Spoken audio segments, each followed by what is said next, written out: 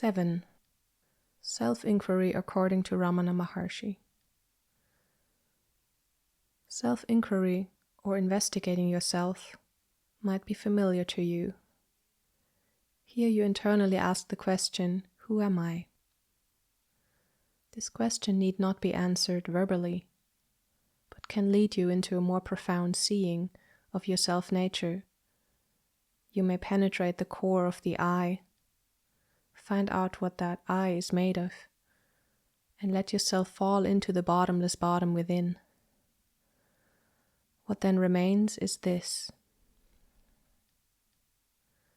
You may use this method at any time, either with your eyes open or closed, and especially when disturbing thoughts pass through.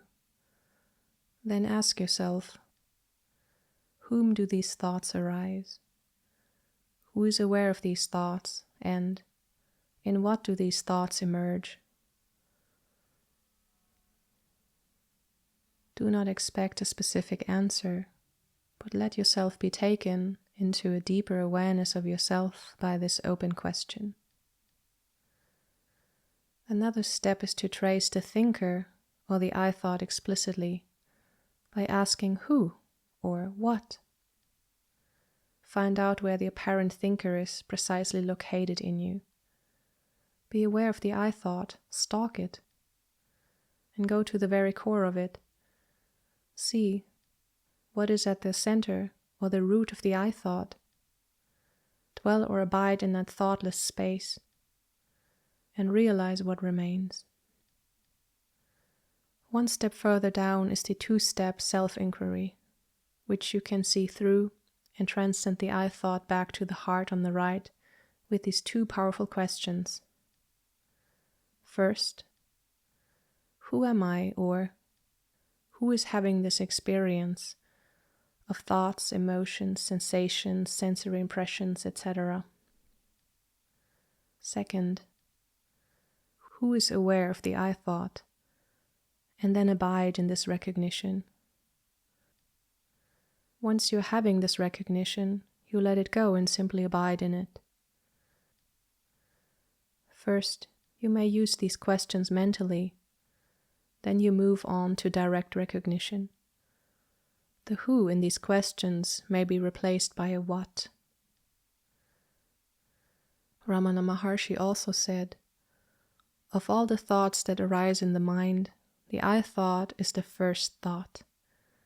You must turn inward, direct your attention inward, and see where the mind rises from, and then it will cease to exist. Only the annihilation of the I is liberation, but it can be gained only by keeping the I always in view, hence the need for the investigation of the I thought. Reality is simply the loss of the ego, the I thought. Destroy the ego by seeking, inquiring into its identity. Because the ego is no entity, it will automatically vanish, and reality will shine forth by itself. Nisargadatta Maharaj says, by self-knowledge, I mean full knowledge of what you are not. Such knowledge is attainable and final, but to the discovery of what you are, there can be no end. The more you discover, the more there remains to discover. To know what you are, you must first investigate and know what you are not. Discover all that you are not: body, feelings, thoughts, time, space, this or that. You observe the heart feeling, the mind thinking, the body acting. Nothing, concrete or abstract, which you perceive can be you. The very act of perceiving shows that you are not what you perceive. What is really your own, you are not conscious of. What you are conscious of is neither you nor yours. Yours is the power of perception, not what you perceive.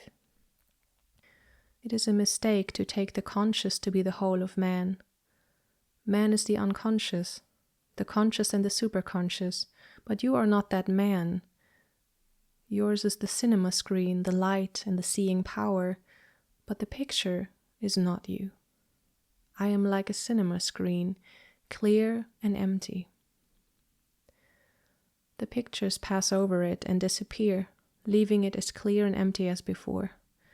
In no way is the screen affected by the pictures, nor are the pictures affected by the screen.